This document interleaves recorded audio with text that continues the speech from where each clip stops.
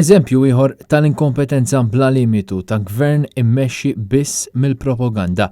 Din id-darba il-vittmi huma pazjenti tal-kanċer li għadhom qed jistennew 7 miljun euro mweda għal trattamenti. U issa se jkollhom jużaw flus li aħna bħala poplu tajna għall-istrina sabiex jippruvaw jirkupraw dawn il-fondi. Qar il-kap tal-Partit Nazzjonalista Bernard Grech meta kienet jikkummenta fuq il-medja soċjali dwar l-istorja pubblikata mit-Times fejn ġie żvelat li kien hemm miljuni imweda lil Community Chest Fund u li qatt ma jingħataw. Il-pledges kienu saru fl-istrina tal-2018 mill-Blockchain Charity Foundation li ġiet imwaqqfa mill-kumpanija Binance.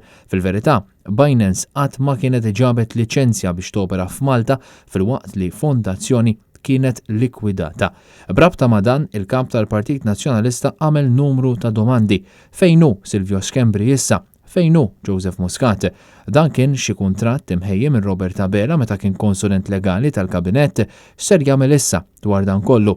Il-kap tal-Partit Nazzjonalista fakkar li l-kunċett ta' Blockchain Island seta' sar realtà. Iżda minħabba l-inkompetenza u l-korruzzjoni tiegħu dan il-gvern bidlu f'diżastru ieħor u dan anke billi inqeda pazjenti morta bil-kanċer sabiex ta' parsi jurina li kien hemm xi ħaġa li minna kien ser jibbenefika iċ-ċittadin Malti. Stqar Bernard Grech.